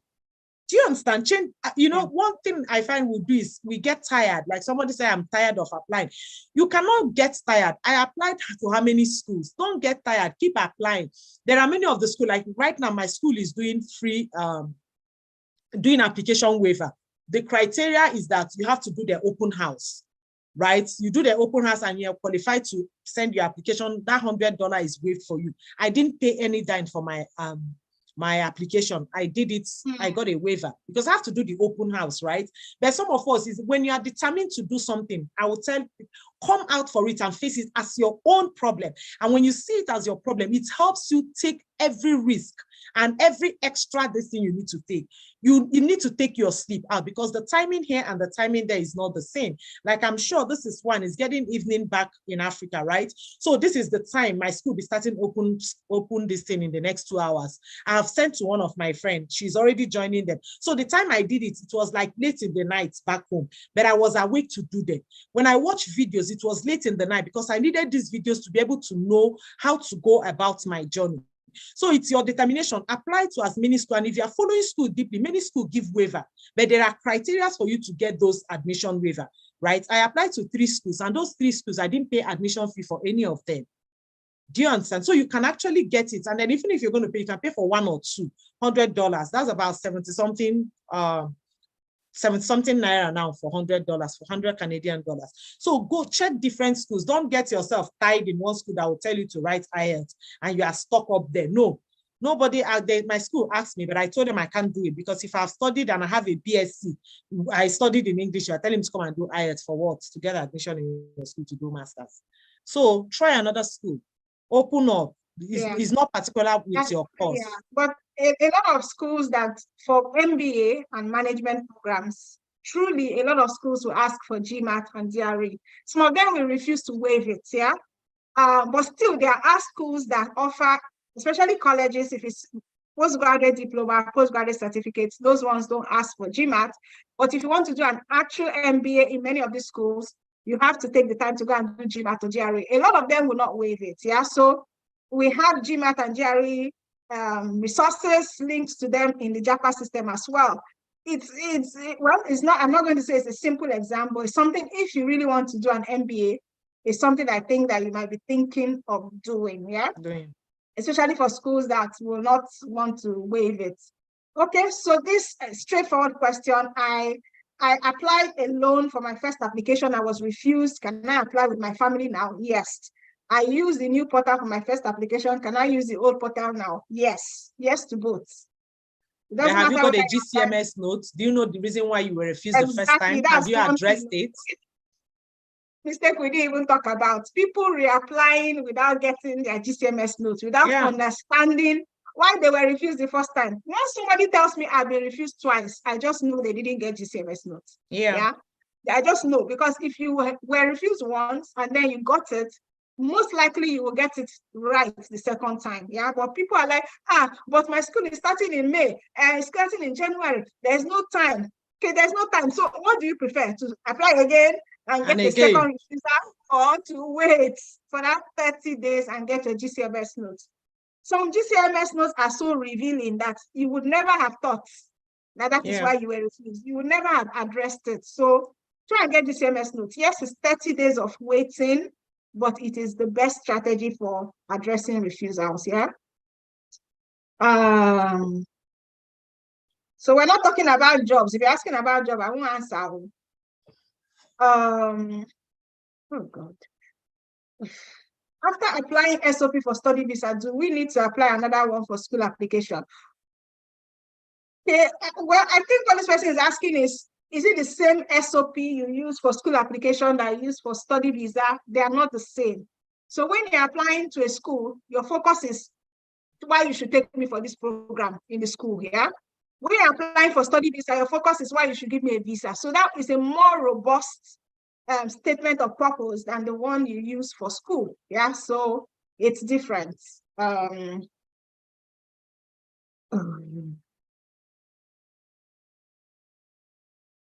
Okay, same question. The first time you applied as self-sponsored, the second time you want to apply with a sponsor. Same thing we said. Why were you refused? Find out first before you now apply the second time. I'm selecting the questions. I'm not going to answer some questions that I'm like, why are you asking? Can a mother of two cope with her studies, her job, and 2 children? We talked about it now. If you're alone with just 2 children, it will be hard. It's not impossible. I don't like to sugarcoat the truth. It will not be impossible. I wasn't in that situation. I didn't have a 3-year-old when I came, but really, I know 3-year-old is still a baby. Is a child. The child can't even go to school. Yeah, so just like to be difficult, because the time you drop the child off to daycare, which is expensive, by the way, and then you pick the child up, might be clashing with your school. It is very difficult. Yeah, it's doable though, but it is very difficult. Yeah. Let me just search for question. We are running out of time. Yeah, so searching for question for the person that have a 3-year-old. Like Shay said, it's doable, but it's determination and extra work. First of all, as an international student, you'll be paying extra money. Government is not covering any of your, not covering daycare, not paying anything for you for crèche, and crèche here is very, very expensive. So I have a classmate, when I came in, he was here before me, Pelumi. What he did was to use, like, all this grandma that comes for holidays, got a grandma that he's paying like half of what crèche will collect, and the child stays all day with grandma, and the child is more okay, feed her in African style feed. So we have many grandmas around, but exactly. you're also paying extra, the payment plus your school plus your house accommodation. So you need to look at it. Such a person, if you have your mom, you need to maybe consider, if you have the resources, applying and adding your mom or your mother-in-law and see if you get approval for them. That can be another thing, but it's difficult. It's not going to be easy, because if the child is up to 6 and the child goes to school in the morning and come back by 2, 3, that's a different thing. And even when they are 5 years, I found out that when they are 5 years, they don't go to school full time here. They go to school like 3-4 hours. Yeah. So it's until they are 6 that they are 6 before they start proper school. I'm telling you, it's not easy. And that's why I guess that is also not related. That's why they have 1 year maternity leave in Canada, which is also 1 year. Wow. They're enjoying health. Okay. They're enjoying Says, can I use a bank statement? Bank statement that is not in Nigeria for proof of fund, like Bank of America. Yes, you can use a bank statement anywhere in the world, as long as it is yours or belongs to your sponsor. You understand? As long as we know who has it, you can use anyone. So we're talking about studies. So I've seen a lot of questions about, I'm a nurse, I'm a this, I'm a that. No, I'm not going to answer it. Can I apply with my family from the onset? Yes. Yes. Can I get a master's program to study without contacting a supervisor? Did you get a supervisor? No. No. I think So, it depends on it your depends, program. yes. Program, yes. You are So doing a research program. Exactly. So if you're doing research like I did, you need to contact a supervisor or a professor, but not all masters are research. Yeah. Even my own masters, there was a part that was not research. Those people were doing cost-based. So they don't have to contact a supervisor. But if you want to get funding and you're doing research, that is when you need to contact the professor. So if it's cost-based, no professor needed. Yeah. Very easy. Just meet the requirements and you apply. Can I use my husband's account number for what now? As in, do you mean can your husband sponsor you? Yes. Sponsor you. The husband, that's the easiest sponsor self. Husband to wife, wife to husband.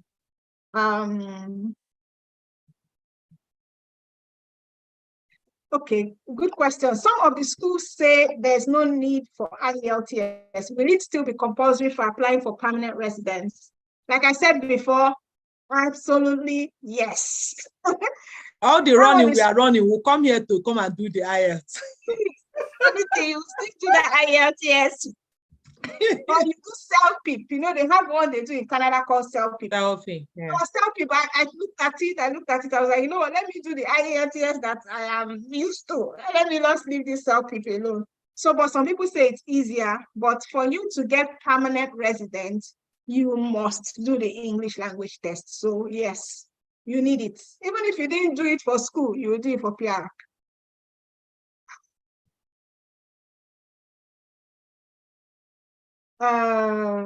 And then if you have done it for back home for school, the tendency that it would have expired for your PR is yes, there, definitely. Right? It would have expired. Because I did one before I came. By the time PR it has expired, I have to go and do another one. Another one. So I already had a date, and I did mine during COVID. In fact, there's a whole lot of story there.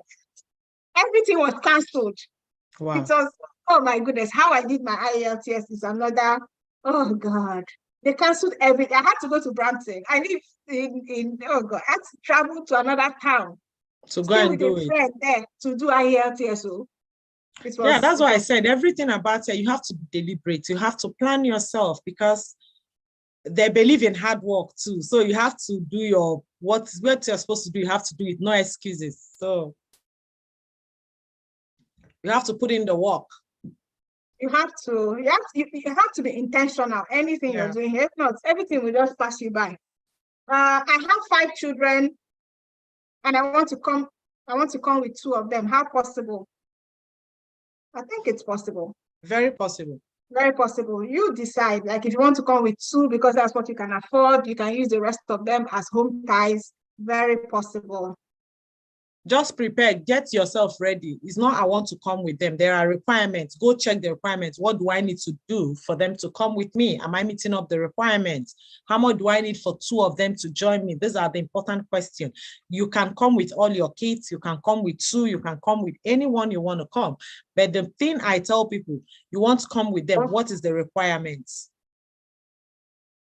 Just make sure you're meeting the requirements. So, yeah. So sometimes some people say these visa officers are wicked and all of that. But sometimes when you also look in, yes, there are some unreasonable refusals, but many of the refusals is justified. Who didn't do what they are supposed to do? True.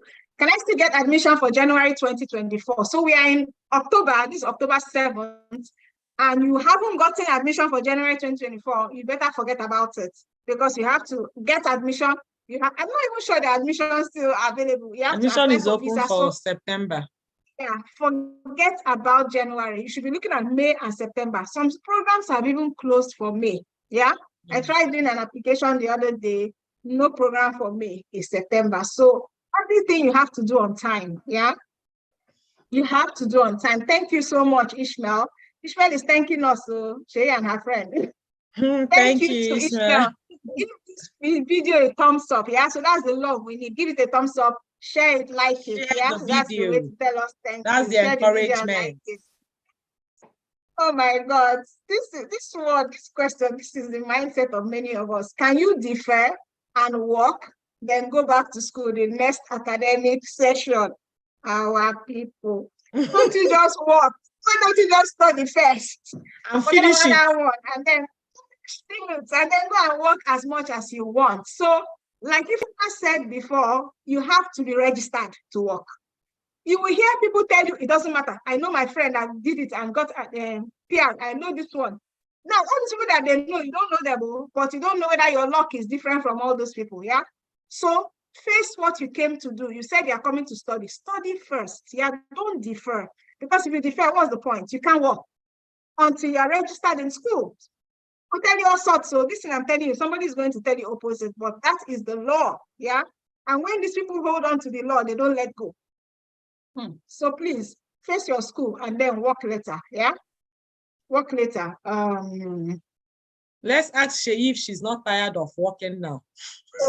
See the work, you will not be tired. I'm telling you, you will now you'll be tired because you can do anything you want after you're done studying. And of course, you're able to get if you have deferred your school, maybe by now you still be rounding up, or there is a lot of benefits here when you have your PR. People don't understand. You're able to get some things. Do you understand? So why don't you face this school for 1 year, for 2 years, and get it out of the way and look for the next thing?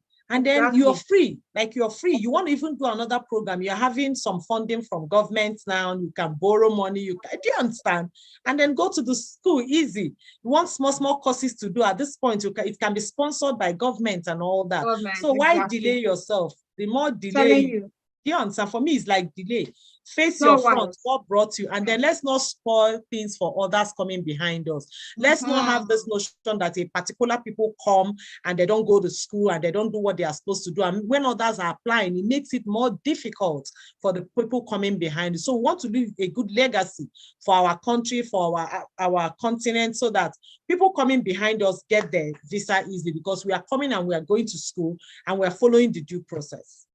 Yeah, because the statistics, they have the statistics, number of people who come and don't go to school. It affects those who want to come after us. Really, please, let's not spoil things for people coming after us. I beg you guys. So someone is arguing that if IELTS is not required for study, why do they ask for it for PR? My dear, I don't know. That's what Canada government does it. You know, they ask from that IELTS exam. I'm sure they are raking in like millions and billions. So it's a business. That's what I would say. That's my thinking about it. It's a business. So I don't know. Okay, can one use his house, his land for proof of funds? Hey, now wow. No, because the answer is no. Proof of fund is money, liquid cash that you can spend. Yeah, so you can't use your house to pay for school fees. Give the school the house. You can't use your house to buy textbook. Exactly. So it's cash. That's why if you go to the Canada.ca website, which is where you should be going, they put what is acceptable as proof of funds. Land and house is not part of it because not money. Yeah. So you need to sell that land and house and have the money in your account to show that you have the money. Land and house are home ties. So those are things that you have investments in back home, that they are home ties. So it's not a proof of funds. Yeah. Can I get a link to apply? So if I assume you want to join the Canada Japa system, ask the person that sent you here to send you the link for you to purchase. Yeah. You can't drop the link for them. Okay, somebody's. Yeah. Okay. Yeah. Somebody's saying, will you explain in your SOP how you will pay your fees how you will pay for your next year fees in your SOP or your proof of funds? Yeah, I did so we've explain. talked about this more and more. Yes, we've talked about it severally. See, there are two ways. You're either self-sponsored or somebody is sponsoring you, or you have scholarship and funding. If you are self-sponsored, you need all the money for the 2 years. Yeah. If you are not self-sponsored, maybe you have a business back home, you have a job that is still paying you, you have your spouse that is going to pay, then you only show the 1 year and you explain in your SOP. The next year of my study will be taken care of by my husband, who is an engineer at ABC company. He earns 3 million naira a month. This is his pay slip. This is his bank statement. Yeah. So they know that your husband, Mr. A, will pay for Mrs. A's second year of schooling. That's how it's done. Yeah. So, and that information has to be in your SOP. Does ELTS have an expiration date? Yes, it's valid for only 2 years. Only 2 years. If you're asking about the budget, we talked about the budget in detail. So go and watch the replay. It was the first thing that we talked about at the beginning. And somebody said, what is the rate? If a man called 740, let me check. Let me check for use. Today. They actually use the bank rates. They don't use the black market rates. So if the bank is, if black market rate is maybe 800, the bank will probably be 6 something or 5 something, I think. Does it still work now? I think they have in Nigeria. No, this one that Nigeria has done something. I don't know the thing that they did about black market and whatever. So I think everything it's the same now. It's the same, which is a shame. Yeah. So as of today, it's 742. You see? So from that's the exchange app I use. Okay, so I usually use oanda.ca, and I think it's about that too. Oanda.ca or .com. Oanda.com. That's the, let me write it, oanda.com. That's the website I use and to do my exchanges when I'm working. So you can check that one. If the rate is 740, that means that's the rate you should use. Yeah, 742. Wow. When are you holding a webinar for work permit? I'll hold it soon. The last one we did was for work permits. Go and watch the video on my channel, yeah? On this channel. Wow. Okay, so this is an interesting question.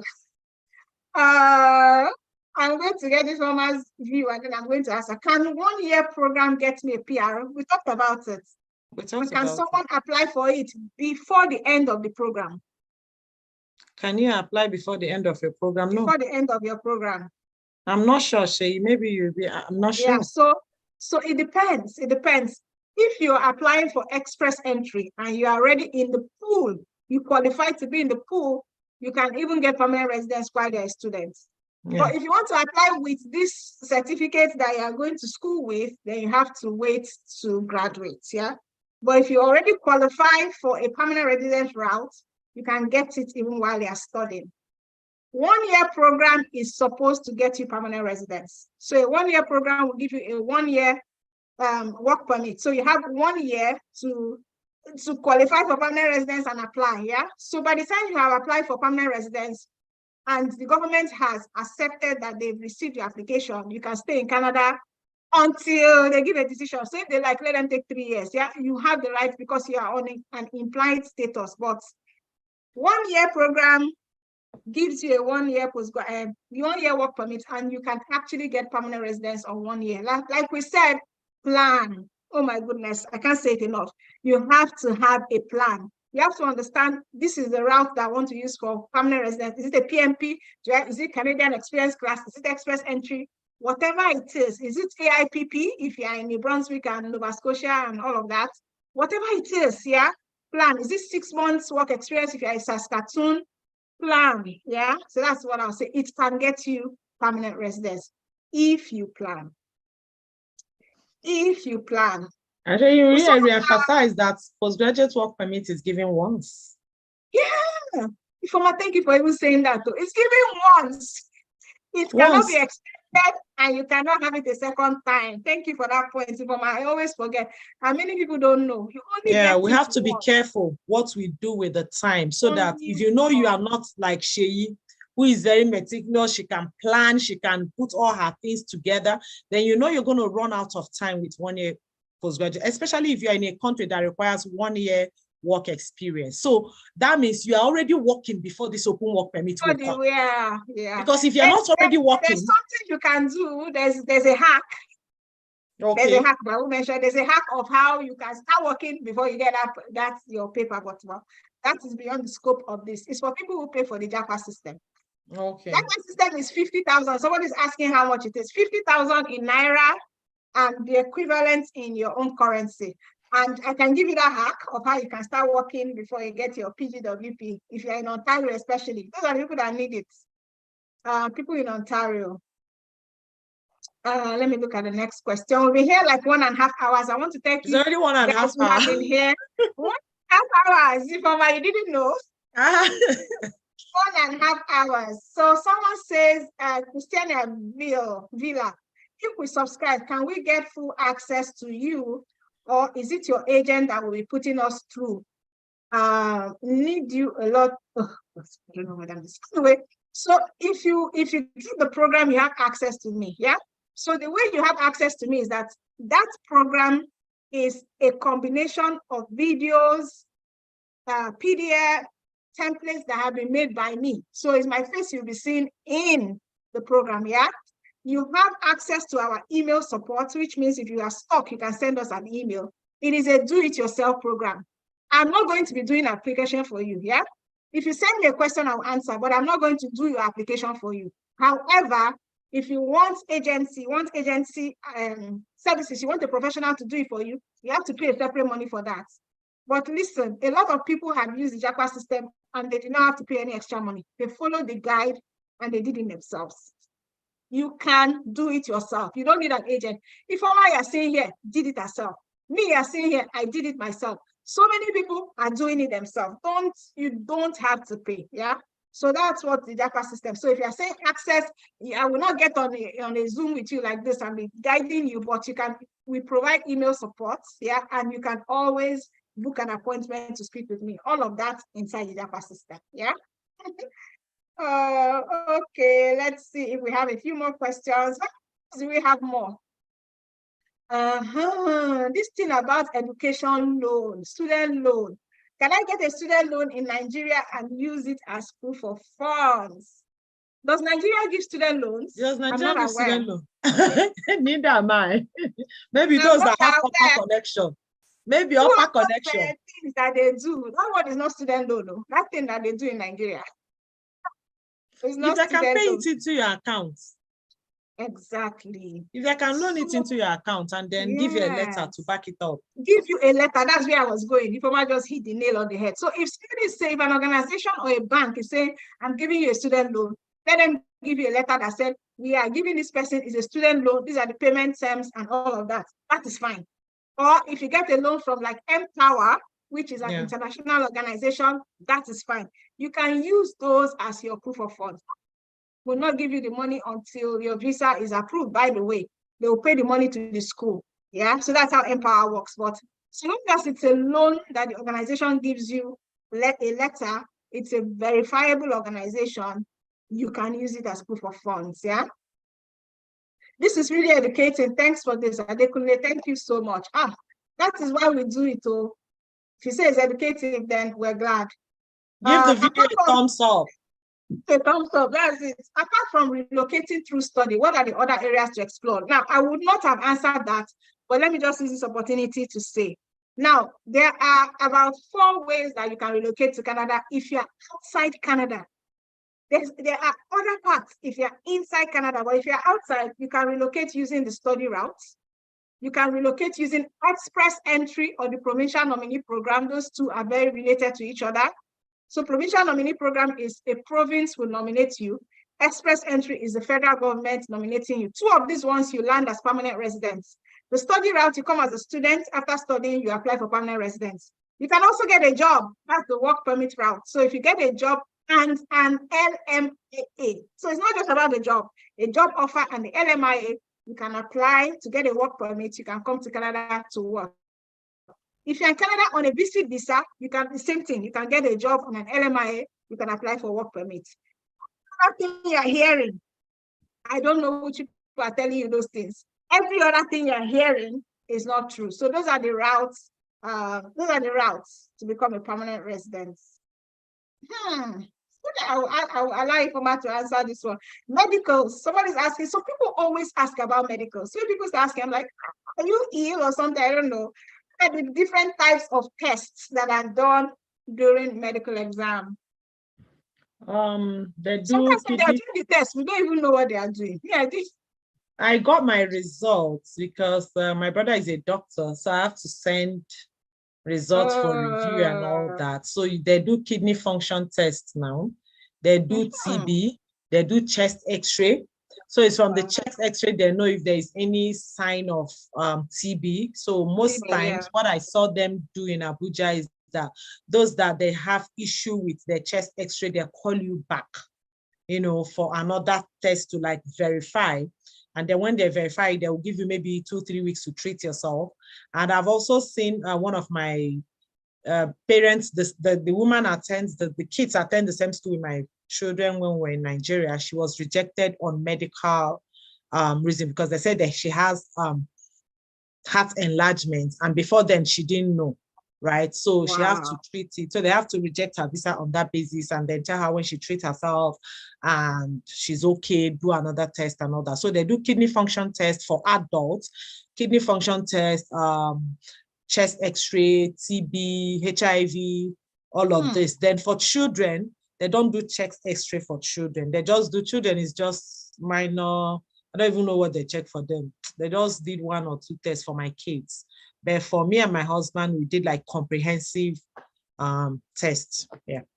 Yeah. So they'll take your blood, they take your they take your blood, we do your X-ray. poo, I think I can't remember. No blood poo-poo. and urine. No poo-poo. poo-poo. So blood and urine and X-ray, yeah. X-ray. And like Ifeoma said, I know someone who after his X-ray there were issues. Maybe they say something about pneumonia or something. And they did some treatment and they said they wait for 9 weeks, a whole 9 weeks. So he had to wait for 9 weeks. After 9 weeks, they did another test. Another one. A second one, and they said he's fine. The next day, they sent it to IRCC. The next day, 2 days later, he got his approval. So IRCC was just waiting for that test confirmation test. They were just waiting for that confirmation. It took 9 weeks. And then so they will check they will check your eyes too. Your vision. Your eyes, definitely they will check your eyes. So the doctors want to help. So even if they notice an issue, they will ask you to get it treated and then come back. So by the time you are fine, they will now send. And then another funny thing. Another funny thing they do physical examination now. Like you have to take off your clothes, a doctor will do physical. Are you serious? For the ladies, they will check for lump. They do like physical now. So you take off your clothes, the only thing you have is your inner where I remember my husband was uncomfortable with that. So the doctor that attended to us was a female doctor. Was a female, so she now said, that I can come in. So I have to come into the curtain and all that for her to check him. So they do like a physical serious. one. That's a new one. Okay. Yeah, they try to check your heartbeats, touch. They do physical now.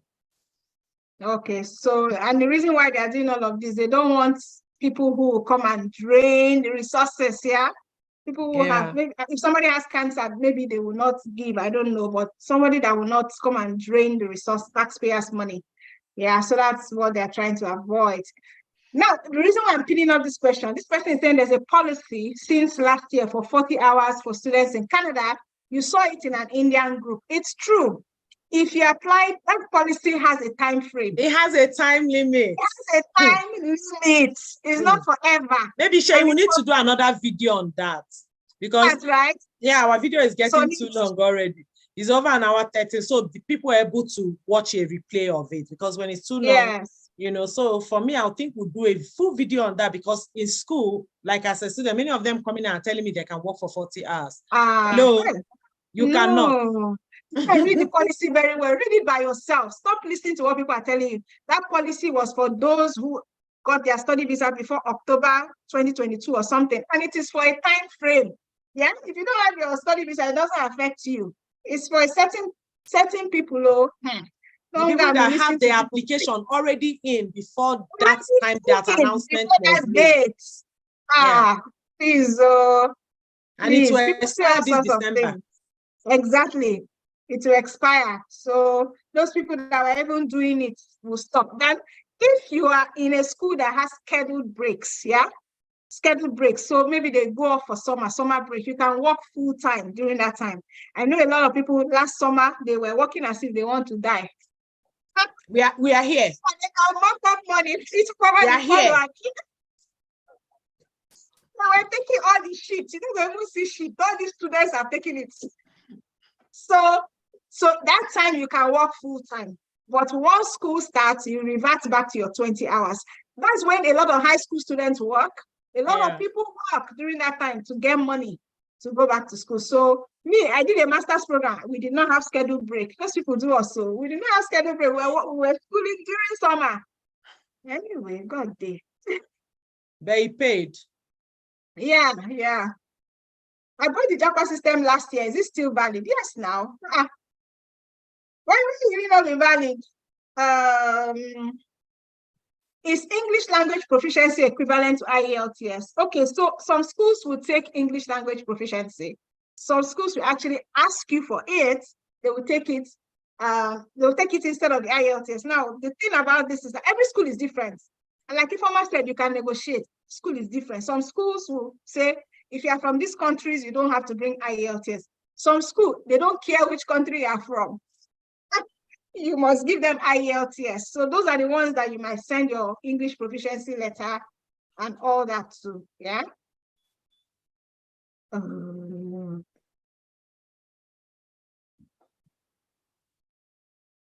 So we don't have too much time. So I'm just to look at the questions that that matter or that are, so that we can answer those ones. And if I can go and feed our children, I can go and feed my children. I don't think anybody is sitting here. They're waiting for me.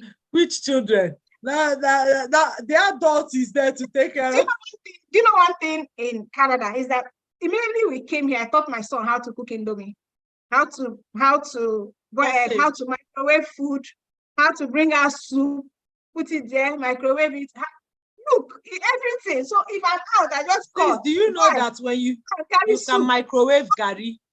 Do you know they can make gari with microwave and it comes out very well? So, okay. So everybody's independent here. You have to do your things. I thought this is somebody who didn't lift a finger in Nigeria, but here, that's why I say you train your children here. Everybody gets sense fast. Everybody mature. You lift a finger. Okay, do I still need proof of fund for sponsor open work permits? You need proof of fund for everything. Everything. Yeah? Everybody that is coming to Canada, you need proof of fund. Your grandma, your grandpa, everybody, they need to see the money. You can take care of yourself. If your mother is coming, she needs proof of fund. Your father is coming, proof of fund. Your husband, proof of fund. Everybody, proof of fund. Proof of fund. So that you can take care of yourself. Even if you're as a permanent resident, proof of still. For 6 months before you settle down and all. Sometimes it's when you come here that you understand why they asked you for proof of funds. Exactly. You will get it. Exactly. When I came here, I say no wonder these people are asking for more. By the time you pay for accommodation, how many months? And you pay with Naira, you will get it. You will get it. So you know they have sense. Yes. This one is saying after PGWP program, then what? Then you have for permanent residence now. What's the again now? That's why you don't have to do a master's after postgraduate diploma. A lot of people ask that question. No, Nigerians we like books. You don't have to do another program. You can apply what you want is permanent resident. Even if you want to do your master's, do it after you become a permanent resident so that you are paying. You're not paying international fees. Yeah. You are paying fees you are paying as a permanent resident. Your fee is so much reduced. It's almost like cheating. Okay. So thank you so much for everybody that has been here. I will just browse through. If I see some some questions that I feel we can answer before we go. So an HND holder, can I apply for master's program in Canada? Sadly, no. Sadly, no. Yeah, because master's program in Canada, they are asking for a 4-year bachelor's program, which an HND is not. I know that in other countries like the UK, you can apply for a master's with HND, but in Canada, in most cases, you can't. Okay, so just look at a graduate certificate. You don't have to add health insurance to your SOP. Louis, I don't really understand that question. Health insurance. I don't think so. Ifeoma, did you add anything about health insurance to your SOP? Do I have health insurance in Nigeria? Did you add it to your SOP? You didn't need to have. You didn't need to add it. Do I have health insurance in Nigeria that I'm adding? I didn't add any health insurance. But you will add it. Exactly. We both have that you add. No, it's not a requirement. It's not. It's not a requirement. Yeah.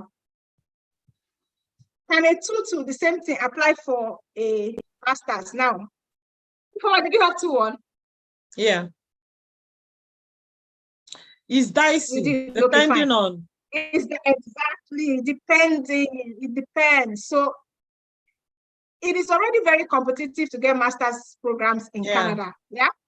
So if you have a 2-2, you are not as competitive as those who have 2-1 and first class. Yes. If you have a 2-2 and you're applying for maybe a management program and you have work experience, you have maybe ICANN, you have other things, you can argue your case, show your work experience, show the other qualifications you have. It might work. But for the STEM programs, I doubt. You need a 2-1. It's very, very competitive. And it's not just Nigeria. People are applying from all over the world. Yeah. With good grades. Yeah, so it will be hard. Okay, a few more questions. Those that are coming for visiting don't have to do medicals, yeah? It's only those who are coming to stay for longer than 6 months. So medical is for any visa that is longer than 6 months. So if you're coming to just visit, you don't need the medicals. Can I change my bachelor degree course to diploma once I get to Canada? So I think you have a right to change programs in Canada. You just inform RCC that I have changed my DLI. I've changed my DLI. So if you ask me specific, there are some questions that are they are consultation questions. They should go and buy the Japa system so they can.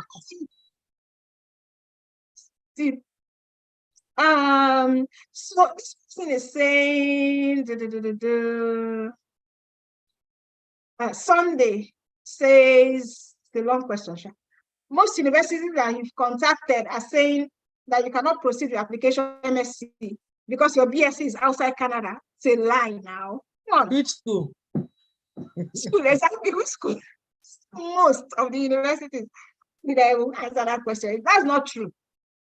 I had a bachelor's from outside Canada. And Informa too. You heard her say Abia State University. And many people. I have many of our people that have my classmates. We are many from Africa. There's a video that I did with we had lunch with the professors last week, Tuesday, after class.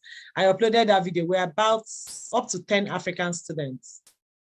Up to 10, right? So all of them did their BSc in Nigeria. Yeah, outside. Yeah, it's a lie. Oh, God. I am 38 years old, so I'll just answer 2 or 3 more questions and we can wrap it up. Guys, please don't forget to like, and share. Give the video a thumbs up so that I encourage you for more so that I can call her again. And don't forget to go and follow Informa. I'm going to leave the link to her Facebook page, her YouTube channel in the description. Yeah, I'm going to do that afterwards. So please come back and follow her. Shall answer my question? Olusoya Aluko. So question, what's the question? It's not there now. Type it again. She's not seeing it again. See it again. Can I use my brother's company account as proof of funds for sponsor? So like we said, you can use your brother. I don't know how old you are. Somebody say I'm 38 years. Can I use my uncle in the US? If you are 38, I assume that you're old enough to have money. You're your own man or your own woman. Do you understand? Even if your uncle wants to sponsor you, let them sponsor you for part of it, yeah? Show your own money. Show that you have skin in the game as well, yeah? Some people are coming with family and uncle is sponsoring. So he's sponsoring you and your husband or your wife and 2 children. It doesn't look feasible, yeah? Especially to these Oyibo people, they don't get it because they are very independent. So when they're like, they don't even understand why your parents are even paying for you, sir. Because here you gotta take student loan and carry your own wallet on your head. So thank you everybody that came. I'll just do one last look. Did Aluko drop his question again? No. So if you're asking a specific question, I will not answer. If they say, what is the name of your page? Does the page have a name? Oma. Real Oma. You just put it on the this thing for them so that can just. Oh, I'll put it here. Yeah. Real Oma. I'll also get the link and put it in the description. Real Oma. That's it. That's it. Oh God. If I sponsor my wife, Can I also, of the family member that we go? Yes. So you can Yes. hear when the former said her husband sponsored, and of course, her husband is part of the people that traveled. So yes, you can sponsor, and of course, you can also travel with the family. You're sponsoring, you're joining yourself. Now that's how it works. Just make sure you have enough money that cover yourself, cover your wife, cover your children, and put extra. For me, put extra. For me, Shay, if you are going with family, put extra, blow their mind. Don't tell them you are going with family and you have the exact amount they ask you. These people, they don't joke with children. They want those children to come here and be comfortable. They don't want to, because they know they won't start paying them. They know government will not pay these children now. So don't come here and start disturbing about the children. So they want the children to be comfortable. So when you're coming with children, if the money is supposed to be 10 million and you have access to 15, please make it 15. That's one of the things that gave us a hedge. By the time we calculated our distance, at that time, dollar was about 300. And, it amazes me, between January and now, dollar is already times two. Yes, official rate as at the time I did was about 350 something. And so what we did, by the time we multiply our money, we were getting about 13 or 14 million. But we'll have over 30, like blow their mind. They won't even know where to start from. When you have answered all your questions, start to refuse. Yes, because I am also aware. Because the money is there. Yes, because I'm also aware that those visa officers have people that they account to. When they reject your visa without any reason, they also explain why this visa was rejected to their boss. Do you understand? So they don't just reject your visa. When you have answered all the questions and you've met all the requirements, it's hard. When I finish my visa application, I know that these people, let me know where they are coming from. Short, I have not traveled before. It was my first experience, Sheyi. And then because it was my first experience, I picked every post. I picked it, like when I come to home Thai, I said, I have not traveled before. However, I have not traveled because me and my husband had an agreement that we're going to build our resources here in our country for some years before we open up our traveling experience. And this we have done. We have been able to buy our own property. We have been able to build our own house. We have been able to achieve And now it's time for us to explore as a family. And because I have had this intention to study abroad and see what it looks like, and because of what I'm doing with children, I need international experience to be able to handle this well. And so I think, so I answered them why I've not traveled. They don't need to ask me again. It's my first experience traveling. I answered it. So if the visa officer is even thinking it, as they are thinking it, you are answering them. You're answering them. Answering them. Write the questions down. The question in their head. Write all the requirements. Treat them one after the other. True. Answer the questions in their head. So you were asking about, your question is spousal open work permit, the requirements. The requirements for spousal work, same thing as you. They have to show money. They have to show proof, home ties. They have to show that they have a spouse who is an international student and that they will be coming back. The same thing that you show, family and all that. The only difference is that you are a student and they are not. Everything you show, your spouse has to show it as well. And this person is 38 years old that want to use your uncle in USA as a sponsor. I've answered now. You can use your uncle. You can use your uncle. Just show proof of relationship. Show how this person is your uncle. Have your uncle sent you money before? Get a screenshot where your uncle has sent you money before. Have your uncle been part of your life sending you money, or just all of a sudden he starts sending you money now? Want to now pay millions for you, and then also try and have your own money, if you have a job or a business, show your own bank account. So people are like, must I show my bank account? Everything in that bank account. Are you selling drugs? Show it now.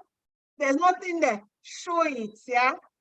I think it's almost 2 hours. 2 hours. So to round up, people that was saying 1 hour, see, it's almost 2 hours. So if you have specific questions, there are some people that are asking me, I did this, I did that, what will I study?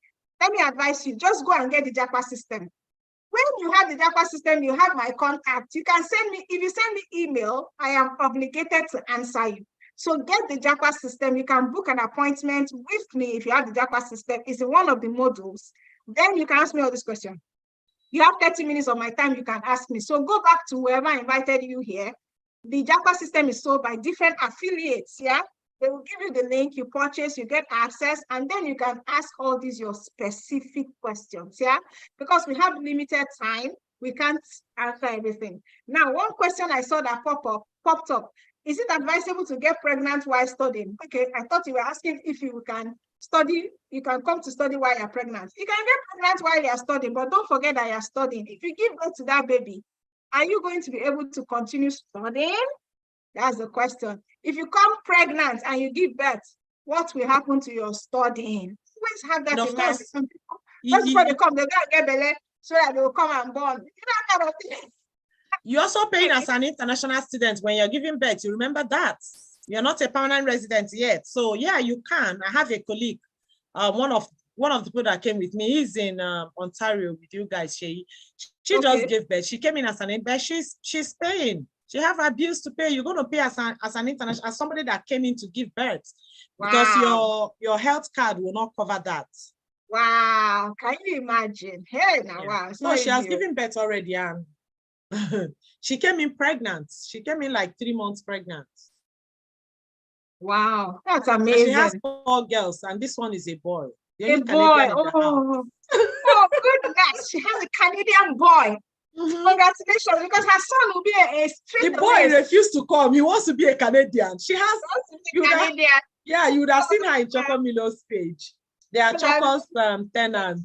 So she has 4 girls and 1 super boy, the only Canadian in the house. Only Canadian. Amazing.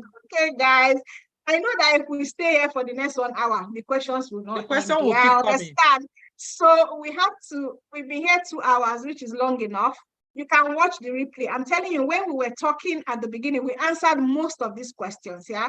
So go and check. The most important thing is not the mistakes that we mentioned, not the ways we mentioned that you're doing those mistakes, yeah? So that you give yourself a better chance. You don't want to be wasting time, wasting money, giving yourself emotion. Do you know how emotional it is to be refused? Or maybe Fama wasn't refused. Me, I was refused though. I have cried this refusal tears. I was refused the first time. It is so painful, emotionally drained. I didn't even want to do it again. But like I said, I don't know, God just blessed me with determination, a supportive spouse, supportive family, and then we tried again and it worked the second time. So I don't want you to go through all that. So go and watch the video from the beginning, the replay, like the video, give us a thumbs up and share it, yeah? Make sure you are bookmarking this one. You need to listen to it. If you are interested in studying Canada, this one video you should not throw away. So thank you so much. It was quite informative and educative. Thank you, Tina Obi. I'll bring Ifoma again, yeah? Some other time. She's very busy, but I'll bring her again. Don't forget, Real Oma is her name on her Facebook page. Follow Ifoma there. I'll also put the link in the description. Thank you so much. You guys, I appreciate you. Thank you. I love all of you. Like the video, share, and I'll talk to you in the next webinar. Bye for now. Bye, everyone. Bye.